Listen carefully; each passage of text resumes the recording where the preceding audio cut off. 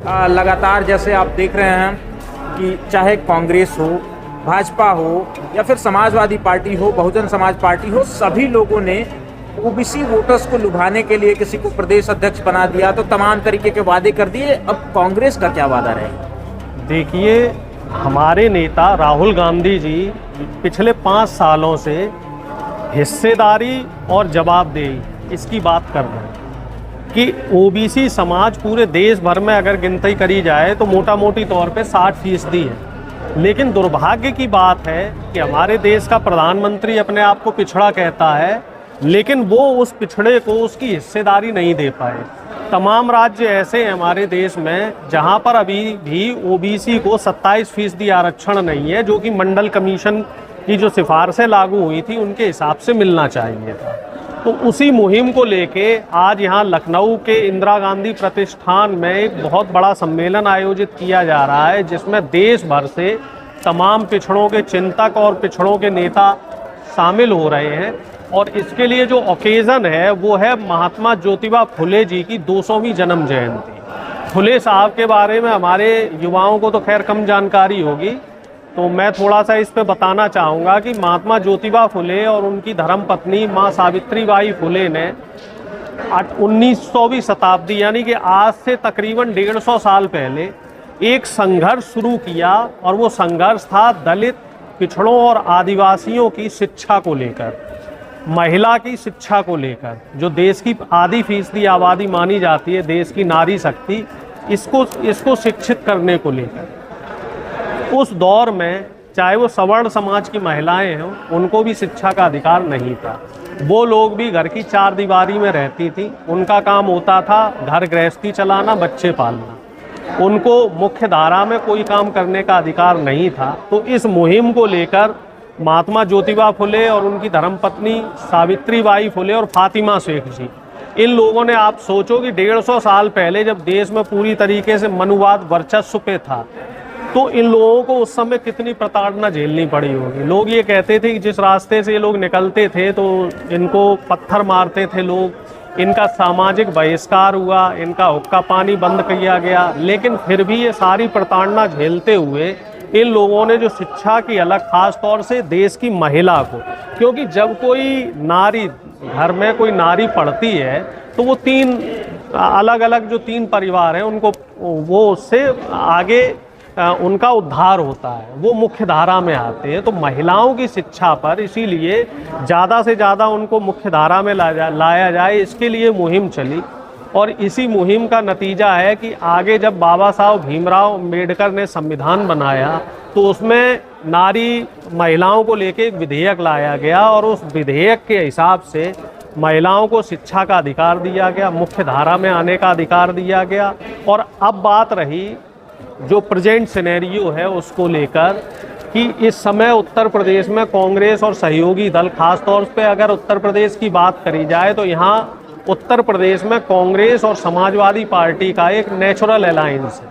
हम लोग इंडिया गठबंधन के सदस्य हैं और दोनों ही जो प्रमुख दल हैं, हम लोगों की जो दोनों की एक क्या कहते हैं कॉमन एजेंडा ये है कि जो देश का बहुजन है, दलित और पिछड़ा, खास तौर से उत्तर प्रदेश में, क्योंकि यहाँ जो आदिवासी आबादी है वो काफ़ी कम है, तो दलित पिछड़ों को उनकी संख्या के हिसाब से हिस्सेदारी दी जाए। मौजूदा जो सरकार है वो पूरा मनुवाद को फॉलो कर रही है। तमाम यहाँ के आप शैक्षिक संस्थान देखो, तमाम जो यहाँ की यूनिवर्सिटी हैं, सभी यूनिवर्सिटी के जो वाइस चांसलर हैं, प्रोफेसर हैं, और जितनी भी नई नियुक्तियाँ हो रही हैं, हम अगर सिर्फ शिक्षा जगत की बात करें, चाहे वो टेक्निकल यूनिवर्सिटी हो या नॉर्मल यूनिवर्सिटी हो, सभी जगह वाइस चांसलर सवर्ण जाति के हैं। ज़्यादातर 90% professor, associate professor, assistant professor की जो भर्तियां हो रही हैं वो भी सवर्ण जातियों से लोग हैं। ये बताइए सर कि हक हिस्सेदारी की बात आप लोग करते हैं, कांग्रेस करती है, लेकिन बात जब होती है मंडल कमीशन की ओर सिफारिशें लागू कराने की, तो उस पर न ही राहुल गांधी बोलते हैं, न ही कांग्रेस का कोई और नेता बोलता है। नहीं, देखिए, राहुल गांधी जी तो बराबर बोल रहे हैं, और हमारी जहाँ जहाँ सरकार रही है, हमने हर जगह मंडल कमीशन की जो तमाम सिफारिशें थी, सिर्फ वो 2 सिफारिश नहीं, शिक्षा और नौकरी, सभी सिफारिशों को लागू करने के लिए पूरा प्रयास किया। अब अगर हम बात करें इस समय तेलंगाना की, तो तेलंगाना में हमने ओबीसी के 40% आरक्षण की बात कही है, वहाँ जातिगत जनगणना हो चुकी है, लेकिन केंद्र सरकार ने उस 40% जो आरक्षण है उसको होल्ड पे डाल दिया है। तो आप इससे अंदाजा लगाओ कि केंद्र सरकार नहीं चाह रही है कि पिछड़ों को उसकी हिस्सेदारी मिले। अब अगर हम बात करें मध्य प्रदेश की, हम बात करें छत्तीसगढ़ की, हम बात करें राजस्थान की, हम बात करें झारखंड की, तो इन तमाम जगह जब हमारी सरकार रही तो हमने ओबीसी को, पिछड़ों को, दलितों को, आदिवासियों को उनकी हिस्सेदारी के हिसाब से, आबादी के हिसाब से हिस्सेदारी देने की बात कही थी। लेकिन तमाम जगह बीजेपी ने उस आरक्षण को होल्ड पे डाल दिया। जैसे राजस्थान में हमें 21% आरक्षण है, 27% अनुमोदित किया था, उसको होल्ड पे डाल दिया। मध्य प्रदेश में एक बहुत बड़ी लड़ाई चल रही है, वहाँ भी 14% आरक्षण है, कमलनाथ जी ने उसको 27% किया था। और आपको जान के आश्चर्य होगा, उड़ीसा में बीजेपी की डबल इंजन की सरकार है और वहाँ ओबीसी का आरक्षण अभी 0% है। अब शिक्षा में ओबीसी को मात्र 11% आरक्षण देने की बात कही जा रही है, इम्प्लीमेंट नहीं हो पाया। और इसी तरह से जहाँ जहाँ भी बीजेपी की सरकारें हैं वहाँ आरक्षण को कमज़ोर करने का काम बीजेपी द्वारा किया जा रहा है। अब हमारी पार्टी की बात की जाए तो हम लोग जहाँ जहाँ भी सरकार में हैं, हम लोग पूरी कोशिश ये कर रहे हैं कि जो देश का बहुजन है, जो देश का बहुजन है, जो देश का गरीब है, शोषित वंचित समाज है, जो गरीब सवर्ण भी है, तो उसको हिस्सेदारी मिले। हिस्सेदारी मिलना बहुत ज़रूरी है, क्योंकि ऐसे मान के चलो, जो राहुल गांधी जी एक जगह अपने उद्बोधन में कह रहे थे कि देश में अगर 10 इंजन है तो 10 में से 9 इंजन में तो ईंधन ही नहीं पहुंच रहा है, सिर्फ एक इंजन में ईंधन पहुंच रहा है। तो जब तक सभी इंजनों में बराबर ईंधन नहीं पहुंचेगा तब तक वो जो एरोप्लेन है वो कैसे चलेगा।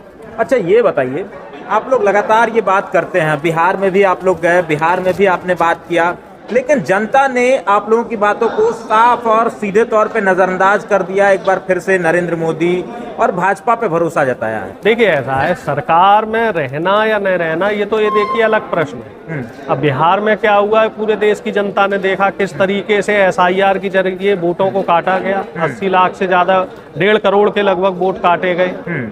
इसी तरीके का काम अब बाकी राज्यों में किया जा रहा है। आज मैं खबर पढ़ रहा था, उत्तर प्रदेश में 2 करोड़ वोटों की कटौती की गई है। तो उसका सीधा असर किस पे पड़ेगा?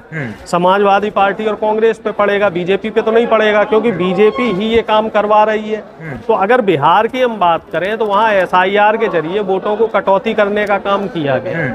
इसी वजह से जो बिहार के परिणाम रहे वो अप्रत्याशित रहे। अच्छा, और बिहार की जनता को वहाँ ठगा भी गया। नीतीश कुमार के नाम से वोट लिया गया और अब नीतीश कुमार को टाटा बाय बाय कर दिया गया, उनको दिल्ली रवाना कर दिया। चोरी का जो मुद्दा था वो लगातार राहुल गांधी उठा रहे थे, तमाम जो है कागजात ला करके दिखा रहे थे, तमाम लोगों को खड़े कर रहे थे कि इनका नाम काट दिया गया, इनका नाम काट दिया गया, ये जिंदा है, इनको मृत दिखा दिया गया, तमाम चीजें। लेकिन फिर भी जनता उसे स्वीकार करने को तैयार ही नहीं है, उसका कुछ असर ही नहीं पड़ा। बिहार में उन्होंने खूब यात्रा भी निकाली थी। उत्तर प्रदेश में लगता है कि ये मुद्दा इस बार प्रभावी रहेगा। देखिए, ऐसा है, बिहार में जब एसआईआर हुई, जो सरकार है, सरकार कहती है कि विपक्ष के पास कुछ मुद्दा ही नहीं है, तो असल मुद्दों से ध्यान भटकाने के लिए सब लेके आते हैं। मैं आपको बताऊं, बिहार में जो एसआईआर हुआ उसके तुरंत बाद ही चुनाव आ गया। तो बिहार की जनता को वो चीज समझने में समय लग रहा था, तो वो चीज को नहीं समझ पाए। लेकिन अब उत्तर प्रदेश की बात की जाए, उत्तराखंड की बात की जाए, तो यहाँ पे अभी पर्याप्त समय है। तो यहाँ जो विपक्षी पार्टी के, जो हमारी पार्टी के लोग हैं, तो वो लगभग इसी तरह के जो आयोजन है सभी जिलों में हो रहे हैं। और इन आयोजनों का जो मुख्य उद्देश्य है वो यही बताना है कि एसआईआर के जरिए जो वोटों की चोरी हो रही है उससे किसे नुकसान हो रहा है। उससे देश के दलित और पिछड़ों को नुकसान हो रहा है। और जो देश का दलित पिछड़ा, जिसको जो हिस्सेदारी मिलनी चाहिए थी, वो हिस्सेदारी एसआईआर के जरिए कट रही है। क्योंकि जब तुम्हारी सरकार नहीं बनेगी, बहुजनों की सरकार नहीं बनेगी, मनवादी विचारधारा के लोग सत्ता में बैठे होंगे, तो वो तुम्हारे लिए काम नहीं करेंगे। तो सिस्टम को अगर बदलना है तो सरकार बदलनी पड़ेगी। और इसी का नाडु है। तमिलनाडु में आपको जान के आश्चर्य होगा कि विपक्षी पार्टियों के साथ बीजेपी ने भी कोई ब्राह्मण प्रत्याशी मैदान में नहीं उतारा है। ये अपने आप में एक बहुत बड़ी बात है कि तमिलनाडु की राजनीति में ब्राह्मण जरा भी उसकी कोई तवज्जो नहीं है। आप लोग भी ब्राह्मणों का बायकॉट करेंगे क्या? नहीं, हमारा बॉयकॉट किसी से नहीं है। हम तो ये कह रहे हैं कि आपकी जितनी आबादी है आप उतनी हिस्सेदारी लो। अगर आपकी आबादी 5% है तो आप हिस्सेदारी भी 5% लो, हिस्सेदारी 50% मत लो। लेकिन बीजेपी के लोग क्या करते हैं कि जो सवर्ण और मनवादी विचारधारा के लोग हैं, जिनकी आबादी 10%, 12% है, उनको 50% हिस्सेदारी देने की बात कर रहे हैं। और जो हमारे देश में नहीं है ऐसे लोग हैं, कांग्रेस में भी हैं। ये इस बात को तो मैं क्या कह रहा हूँ, इस बात को तो राहुल जी भी कहते हैं कि कांग्रेस में भी ऐसे लोग हैं जो दलित और पिछड़ों को पसंद नहीं करते। और ये लोग आप देखो धीरे धीरे बीच बीच में अपना रंग भी दिखाते हैं और आए दिन इन लोगों की जो एक्टिविटी है वो भी आपको दिख जाती है। मोर और लॉस देखा जाए तो लगभग सभी जितनी भी राजनीतिक पार्टियां हैं, सभी पार्टी में ऐसी ब्राह्मणवादी और मनवादी विचारधारा के लोग बैठे हुए हैं। इस बात जो लोग जिम्मेदारी से कह रहे हैं, पूरी जिम्मेदारी से पदाधिकारी हैं कांग्रेस मैं के। पूरी जिम्मेदारी से कह रहा हूं कि हमारी पार्टी में भी, मैं फिर कह रहा हूं कि हमारी पार्टी में भी ऐसी मनवादी और ब्राह्मणवादी विचारधारा के व्यक्ति बैठे हुए हैं जो विद इन दी पार्टी दलित, पिछड़ों और आदिवासियों को जो उनका हक पार्टी के अंदर मिलना चाहिए। भाई सत्ता में जब आएंगे लेकिन जो पार्टी के अंदर पद मिलने चाहिए, जो हिस्सेदारी मिलनी चाहिए, वो नहीं मिलने दे रहे हैं। अब आप बताइए कांग्रेस पार्टी में कितने मीडिया पैनलिस्ट दलित, पिछड़े, आदिवासी हैं? कांग्रेस पार्टी में अगर नेशनल ऑफिस बियरर देखे जाएं तो वो कितने दलित, पिछड़े, आदिवासी हैं? अपेक्षाकृत उतने नहीं है जितने होने चाहिए। और इस बात पे राहुल जी का विशेष ध्यान है और राहुल जी बराबर इस बात की सोशल इंजीनियरिंग कर रहे हैं। और इसका असर हमें देखने को ये मिला है कि जो राष्ट्रीय सचिव है, महासचिव से नीचे जो राष्ट्रीय सचिव होते हैं, उसमें दलित, पिछड़ों और आदिवासियों की संख्या बढ़ रही है और अपेक्षाकृत जो युवा लोग हैं उनको मौका दिया जा रहा है। तो इस चीज को, इस सिस्टम को अभी पूरी तरीके से विद इन पार्टी डेवलप होने में समय लगेगा। हालांकि हम लोग पूरे प्रयासरत हैं और इसी तरीके से जैसे आज ज्योतिबा फुले जी की जन्म जयंती पे प्रोग्राम हुआ है, इसी तरीके से जो कार्यक्रम है, इन कार्यक्रमों के ये जो कार्यकर्ता हैं, जो पार्टी से जुड़े हुए कार्यकर्ता इंडिया गठबंधन के, उनके अंदर जागरूकता फैलाने का काम हम लोग कर रहे हैं।